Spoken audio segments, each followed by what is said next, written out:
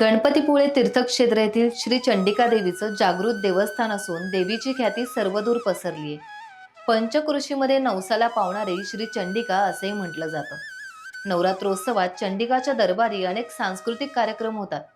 भजन, कीर्तन, गरबा नृत्य, महिलांची फुगडी, महिलांची ओवाळणी असे अनेक कार्यक्रम। श्री चंडिका देवीचा होळीला मोठा मान।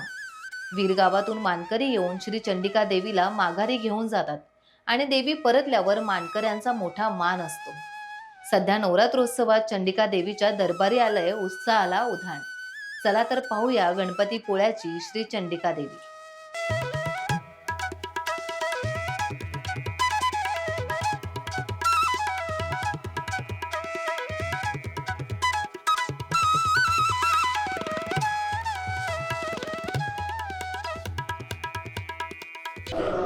खूप वर्षापासून आपण नवरात्रोत्सव साजरा करतो आहे।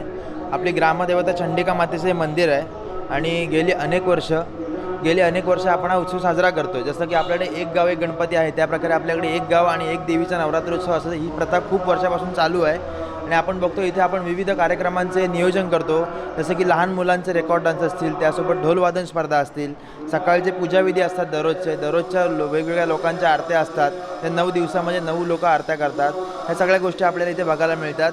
खूप उत्साहाने खूप आनंदाने सर्व ग्रामस्थ एकत्र येऊन हा उत्सव साजरा केला जातो। हे जागृत देवस्थान आहे आणि त्याप्रमाणे खूप इथे मंडळी येतात, लोकांचा इथे विश्वास बसलेला आहे। चंडिका मेन ती मूर्ती आहे, ती चंडिका देवी आहे।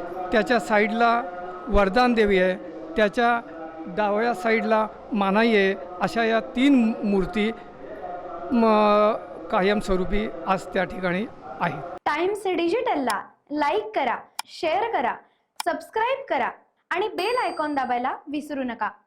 Times digital.